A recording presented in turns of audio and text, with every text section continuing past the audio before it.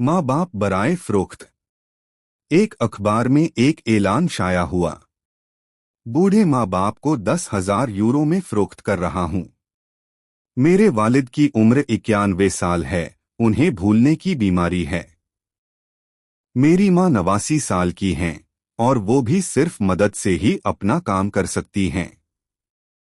इस ऐलान को देखकर लोग दिनों तक बहस करते रहे।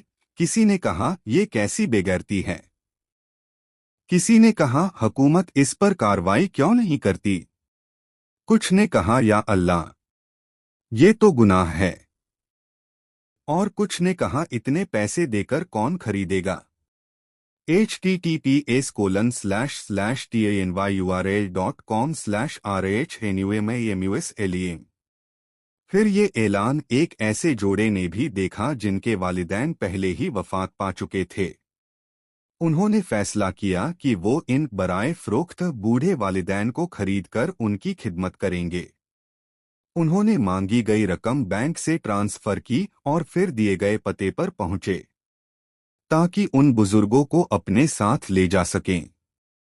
पता एक अजीमुशान हवेली का निकला। दरवाज़ा खुला तो एक बावकार बुजुर्ग उनका खुश आमदीद करते हुए इस्तकबाल करने आए।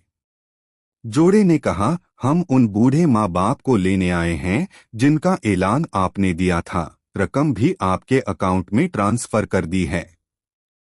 बुजुर्ग मुस्कुराए और कहा, क्या आप बता सकते हैं कि आपने उन दो बूढ़ों के लिए इतनी बड़ी रकम क्यों दी।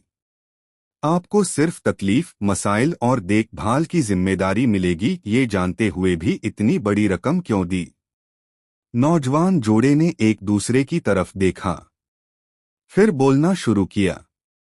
हम बचपन में ही अपने वालिदैन से जुदा हो गए थे, उनके बगैर जिंदगी गुजारनी पड़ी। हमें उनकी बहुत याद आती है। हमारे दो छोटे बच्चे हैं जो दादा दादी, नाना नानी की कमी महसूस करते हैं। हम चाहते हैं कि वो उनकी गोद में बैठें, उनसे कहानियां सुनें, उनके साथ वक्त गुजारें और उनसे अदब और एहतराम सीखें। ये सुनकर बुजुर्ग आदमी ने अपनी बीवी को बुलाया। वो आसानी से छड़ी के सहारे कमरे में आईं। चेहरे पर प्यारी मुस्कुराहट थी। बुजुर्ग जोड़े ने मुस्कुराते हुए कहा, ठीक है, हम आपके साथ चलेंगे। हम वही माँ बाप हैं जिनका ऐलान था। नौजवान जोड़ा हैरान रह गया। लेकिन ये कैसे हो सकता है। ऐलान में तो लिखा था कि आप बेसहारा और जरूरतमंद हैं। मगर आप तो बिल्कुल ऐसे नहीं लगते। बूढ़े जोड़े ने मुस्कुराते हुए कहा, हमने जिंदगी मेहनत से गुजारी, ये महल बनाया, लेकिन हमें औलाद नहीं मिली। हमने फैसला किया कि अपनी दौलत किसी अच्छे इंसान को देंगे, मगर समझ नहीं आया कैसे ढूंढें। तब ये ऐलान देने का ख्याल आया और आज हम खुश हैं कि हमारी दौलत सही हाथों में जा रही है।